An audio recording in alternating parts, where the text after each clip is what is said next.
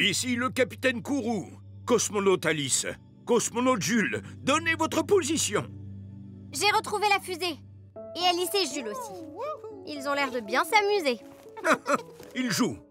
Moi, quand je pilotais ma fusée, je ne jouais jamais. Avec mon équipage, nous atterrissions sur les planètes et partions en quête de nouvelles découvertes.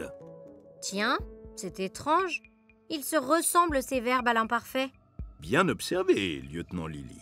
Comme tu le sais, tous les verbes conjugués se composent d'un pronom, d'une base verbale et d'une terminaison.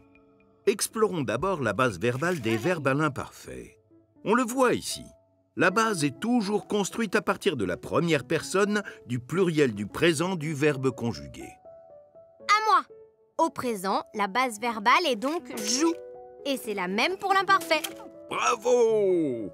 À l'imparfait, la base verbale est régulière. Elle reste la même pour toutes les personnes du verbe conjugué. Quand j'avais ton âge, je connaissais...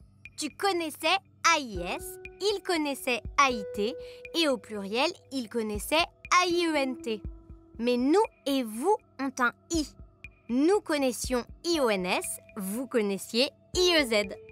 Je vois que tu sais parfaitement conjuguer un verbe à l'imparfait, Lily. Mais ça n'est pas une raison pour couper la parole à ton capitaine. Et toi, Jules, va donc aider Alice. Et plus vite que ça. Désolée, papy. Dis, est-ce qu'à l'imparfait, ce sont les mêmes terminaisons avec tous les verbes? Eh oui! À l'imparfait, les terminaisons sont régulières et identiques pour tous les verbes, même quand ils sont irréguliers. Il est parfait, cet imparfait. Pas comme Jules. À mon époque, le capitaine ne plaisantait pas avec la discipline. Et je ne plaisantais pas non plus. Il plaisantait, je plaisantais, mais on entend la même chose. On peut hésiter pour écrire la terminaison.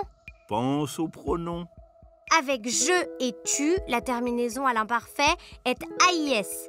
Avec il au singulier AIT et avec il au pluriel AIENT.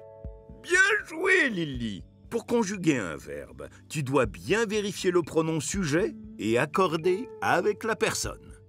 Dis, capitaine Papy, quand tu étais jeune, ça t'est déjà arrivé de perdre ta fusée?